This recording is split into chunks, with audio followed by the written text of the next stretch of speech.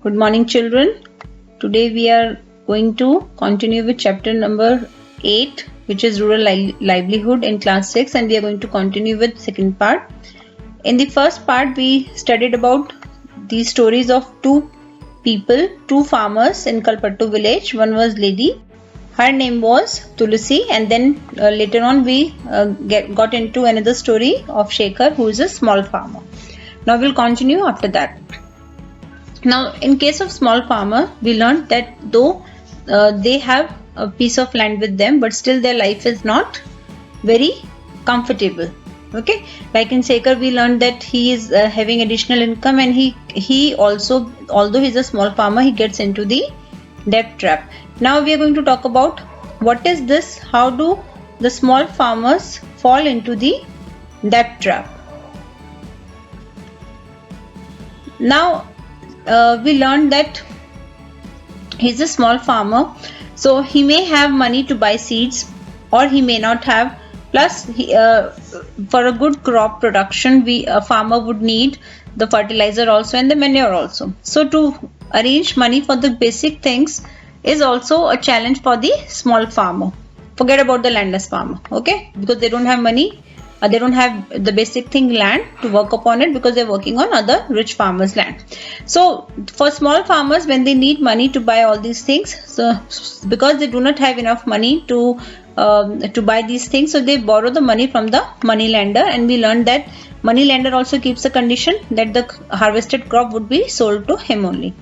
Now there is a uncertainty there's an environment of uncertainty in which the farmers are working. Okay, so you must have heard of the recent pest attack, which eventually led to the crop failure for different farmers. Okay, and because there is a lack, if there is a lack or excess of monsoon, then that would also lead to the crop failure for farmers.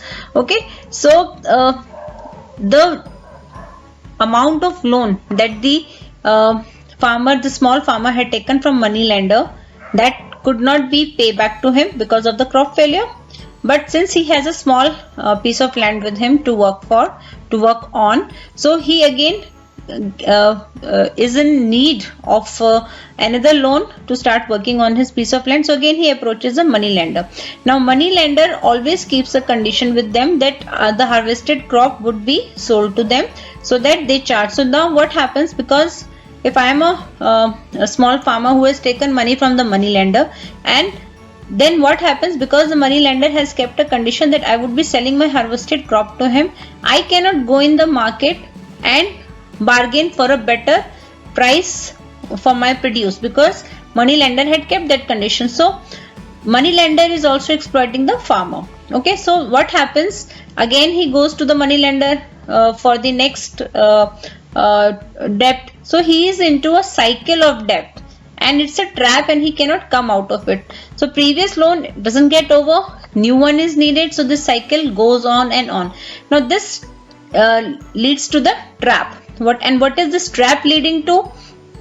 This is leading to the distress of farmer. You must have heard of farmer suicide cases, because farmer then sees he's into such a stress in his life that he cannot see a way out to come out of this trap that he has fallen into, the debt trap. Okay, so what does he do? They eventually, out of stress of this, they commit suicide. They end their lives, which is Now we have learnt about two farmers. Tulsi was landless farmer and the Shekhar was a small farmer. Now we are going to learn about, in the Kalpattu village, we learnt about like both of these farmers were working in Ramalingam's village. Now Ramalingam's farmer he's a rich farmer of Kalpattu village, and his wife name is Karunathama. Now Karunathama also helps him because she supervises the work of landless farmer. This we learned when we were discussing Tulsi's story. Okay, now he is a rich farmer. Because why is he rich? Because he owns 20 acres of land.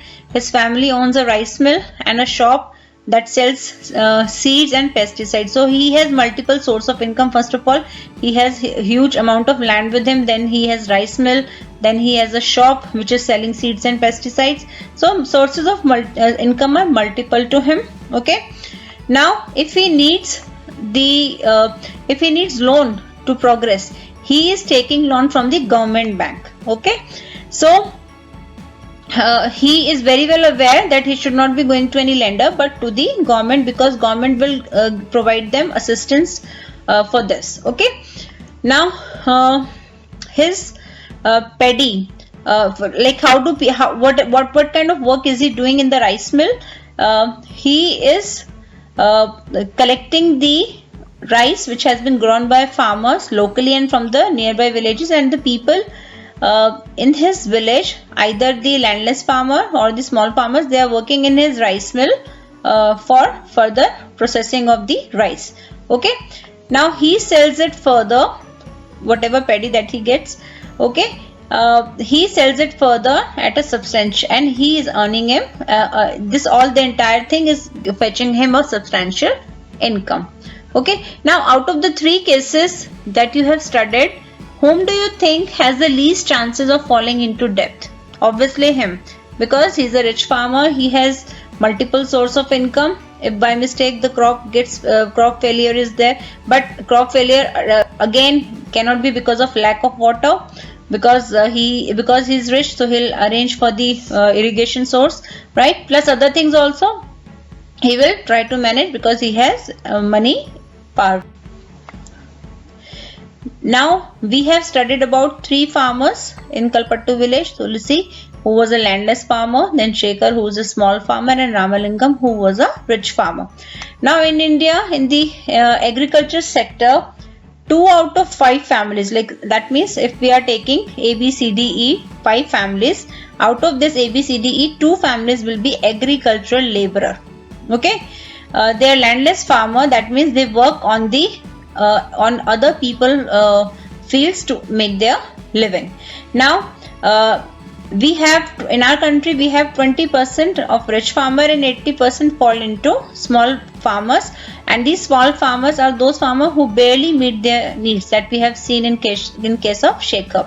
Now we have a large population, this percentage difference is there of small farmers and large farmers, but this occurs everywhere. Okay, this 20-80 ratio is there, but we need to see that these problems are minimized for these farmers.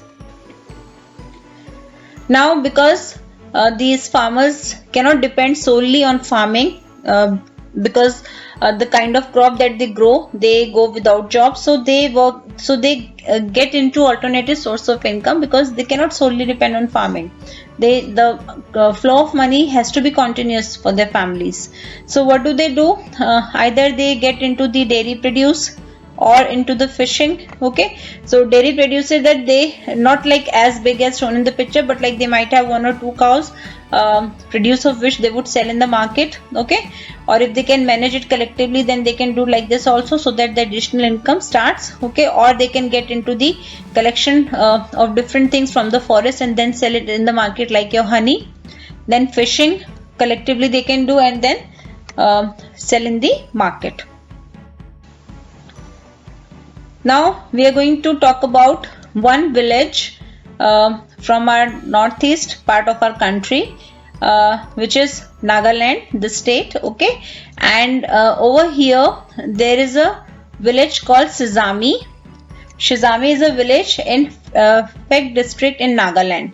Now there the people are involved in terrace farming. Now what is terrace farming? Terrace farming is like this.